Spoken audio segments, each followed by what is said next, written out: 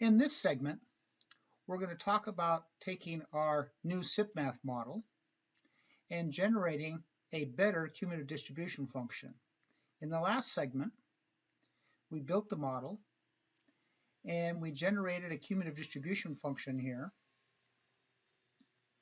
as shown, for the total cost of our IT project, total cost being over here.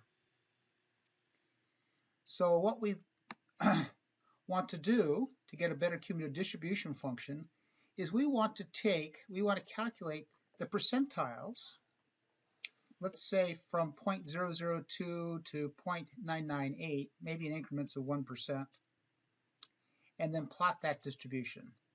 So let me show you how I'm going to do that. First of all, I'm going to add a worksheet. And we'll give that a name of cum distribution.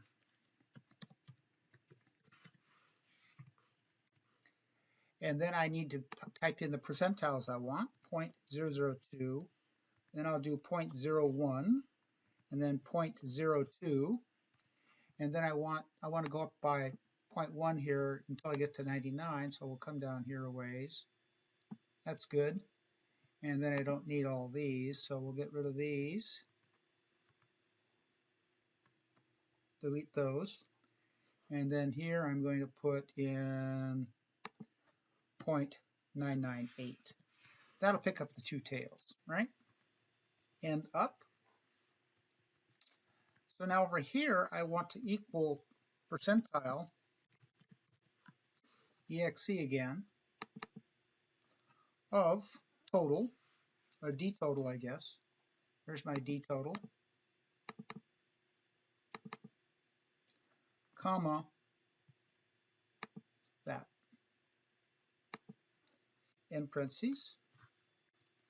And then I can copy that down by double-clicking on this lower right corner.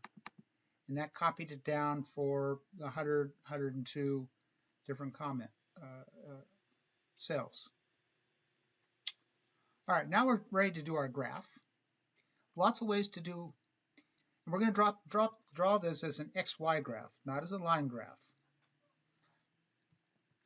So I'm going to select here the percentiles because those are going to be the y-axis, shift N down.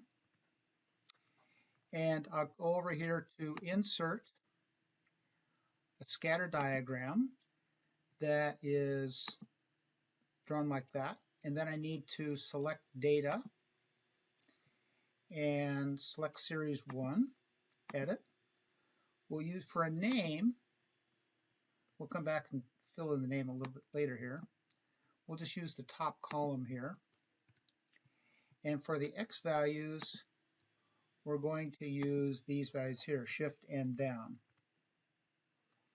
Enter, enter. Okay. And here is our S-curve. We can improve this by perhaps changing this axis. So I'll right-click on that, Format Axis. And maybe going down to 50 would be adequate. All right. And then we can change this axis. We'll right-click on that one. We'll bring us to the right things to do. We want that to be a 1. And also we'd like, this is a percentile, so we'll change the format to a percentage, and then we only need no decimal points. So that's starting to look pretty good. Perhaps we want to put in a legend, so we can add a chart element of a legend. And we'll put it on the right. Oh, we don't have a name for it. We need a name. So we'll put total up here for our name. And then we might want to bring this graph. We'll just cut that. Control X. And bring it to the top here and put it here. Control V. So we now have a very nice cumulative distribution function. I'm going to leave that copy there because I'm going to use it later in the next segment. We'll do a copy. I'm going to bring it over here to my model, and we'll compare it to this other cumulative distribution function. I don't need that anymore. I'll close that down. We'll just put it right underneath it, right here. Control V. I can get some more real estate on my screen by clicking on this little down arrow key here. And I'm just going to show the tabs. You could actually do more than that. So let's see how these compare. Probably need to make my screen a little bit smaller. All right. So there are the two graphs. This one was made by the SIPmart modeler. It's plotted kind of as a line chart with these bin numbers.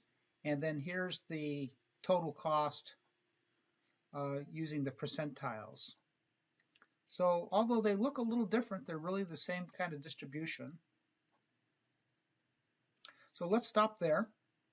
And in the next segment, we'll talk about adding another S-curve to here and also setting up a reference curve.